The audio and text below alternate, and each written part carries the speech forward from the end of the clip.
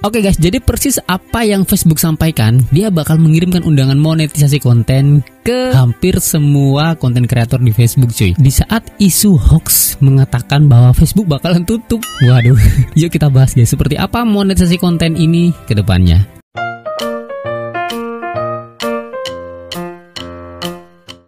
Hai guys, balik lagi di TB Channel. Di video kali ini kita akan bahas tentang monetisasi konten. Ya, ini adalah monetisasi yang diidam-idamkan bagi semua kreator. Karena apa? Karena mulai dari 2024 itu nggak akan ada lagi tuh ya undangan untuk in-stream aja, untuk reels aja, itu nggak bakal ada lagi. Karena semua sudah kompleks tergabung menjadi monetisasi konten. Yang artinya ketika monetisasi konten ini terbuka, maka fitur monetisasi in-stream, reels dan bonus itu bakal jadi satu di situ ya. Jadi ketika kalian untuk sementara hanya monetisasi in-stream dan reels belum terbuka, apakah kedepannya nanti ada harapan untuk terbuka juga fitur monetisasi konten ini? Yang kedua, kasus sebaliknya guys ya. Ketika reels sudah terbuka dan in-stream ini belum terbuka, masih kegembok, apakah kemungkinan fitur monetisasi konten ini bakal terbuka? Jawabannya adalah ya. Tentu saja, tetap ada kemungkinan terbuka. Contoh di salah satu akun halaman Bang TB. Bang TB itu semua monetisasi terbuka. Kecuali apa ya? Bonus sama in-stream ada. Dan akun yang lain, fitur monetisasi terbuka semua kecuali reels. Ya, jadi ada yang in-streamnya udah terbuka duluan, reelsnya belum. Ada yang reelsnya udah duluan, in-streamnya belum. Nah kemarin itu Bang Tempe dapat undangan monetisasi konten, yang artinya meskipun reels belum terbuka, itu bakalan tetap ada kemungkinan fitur monetisasi kontennya terbuka. Seperti Bang Tempe sekarang ya, ketika fitur monetisasi konten terbuka, itu in-stream bakal mengikuti. Bisa jadi nggak bakal ada fiturnya di situ. Meskipun kegembok, dia bakal hilang sendiri guys, tergantikan dengan fitur monetisasi konten. Karena fitur monetisasi konten ini mencakup 3 hal tersebut ya: in-stream, fitur reels, dan fitur bonus. Oke, jadi ketika kamu mendapatkan fitur ini berarti semua fitur sudah terpenuhi, sudah tercakup. Insight-nya sudah masuk ke monetisasi konten. Dan gimana cara supaya kita bisa mendapatkan hal tersebut? Apakah sering upload, sering live, atau harus gimana Bang? Sebenarnya Facebook sendiri tidak mengirimkan sinyal persyaratan ya. Beda sama seperti sebelum tahun 2024, itu persyaratnya harus 60.000 menit, 10.000 follower, 5.000 follower, 500 follower, jam tayangnya segala macamnya, preketek banyak banget dan hal-hal lainnya ya guys ya.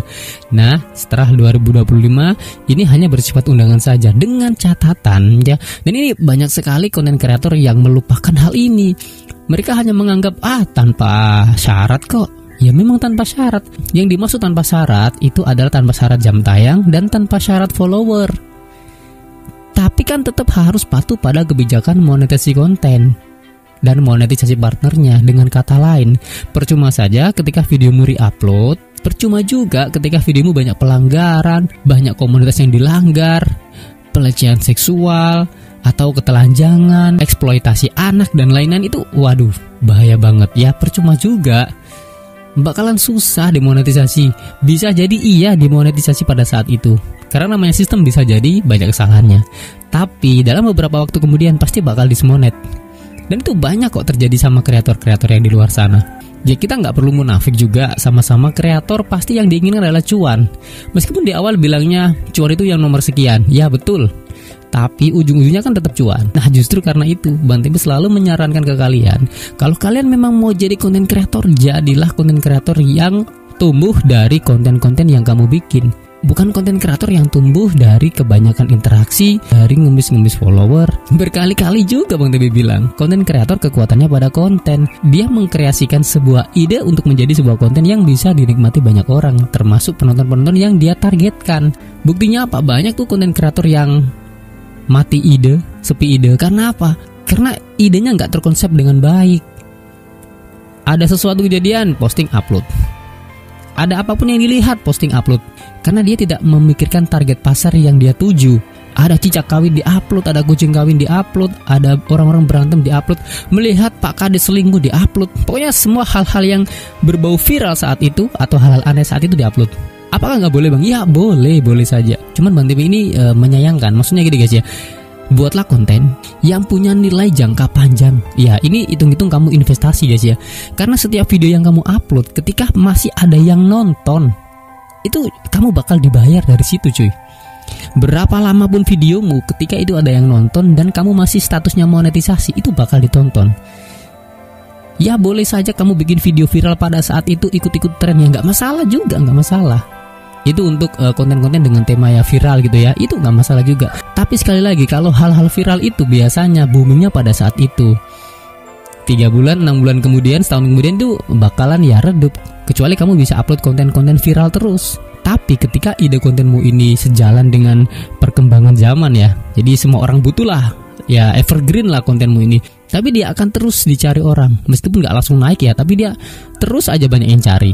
Jadi buat kalian yang masih belum tercapai monetisasi konten ini, belum terbuka fitur monetisasi kontennya, jangan berkecil hati, masih ada kesempatan ya. Meskipun fitur langgananmu belum terbuka, fitur bonus belum terbuka, reels belum terbuka, in-stream belum terbuka, yang terbuka sementara cuma bintang saja, nggak masalah. Masih ada kesempatan secara massal lagi ya, massal tahap kedua, ketiga, keempat masih ada kesempatan. Ya semoga setelah ini giliran kamu guys. Jangan percaya apapun, ada siapapun yang menawarkan jasa pembuka monetisasi. Bang Tempe dapat banyak tawaran endorse untuk mempromosikan jasa-jasa tersebut, tapi Bang Tempe tolak mentah-mentah. Karena di edukasi Bang Tempe itu nggak ada untuk kalian supaya membeli follower, membeli interaksi, membeli jam tayang, atau membeli untuk membuka fitur monetisasi itu Bang Tempe nggak menyarankan sama sekali. Lebih baik adalah membranding diri, kerahkan potensi yang ada pada dirimu. Kalian buat komunitas, buat sebuah grup atau ruang lingkup orang-orang yang sehobi dengan kalian, bikin inovasi-inovasi yang baru buat penonton. Konten itu cuma 2. Bikinlah sesuai passionmu, sesuai hobimu, sesuai minatmu, dan sesuai apa yang kamu bisa. Dan kedua, bikin sesuai apa yang penonton inginkan. Ya masing-masing punya resiko. Ketika kita berusaha membuat video sesuai passion kita, sesuai keinginan kita, kadang orang gak suka. Kalau untuk yang kedua, ya kalau kita sesuaikan minat penonton, biasanya kadang kita bikinnya nggak enjoy, kadang kita bikinnya aduh ini bukan gua banget gitu. Tapi masing-masing punya nilai positif guys. Pasti sama-sama memiliki target penontonnya masing-masing. Jadi ketika ada orang yang bilang ah kontenmu jelek, ada konten burik, aduh konten apa ini, konten sampah gitu, ya biarin, anggap aja mereka bukan target menontonmu. Konten yang kita anggap baik belum tentu dianggap baik sama mereka. Dan konten yang kita anggap tidak bagus, jelek, justru malah penonton suka. Jadi Bang Tempe ucapan selamat buat kamu ya, buat kalian semua, buat teman-teman semua yang sudah terbuka fitur monetisasi kontennya. Kalau ada pertanyaan langsung komen di bawah, kita bahas di kolom komentar. See you next time teman-teman. Jangan lupa subscribe ya. Bye-bye.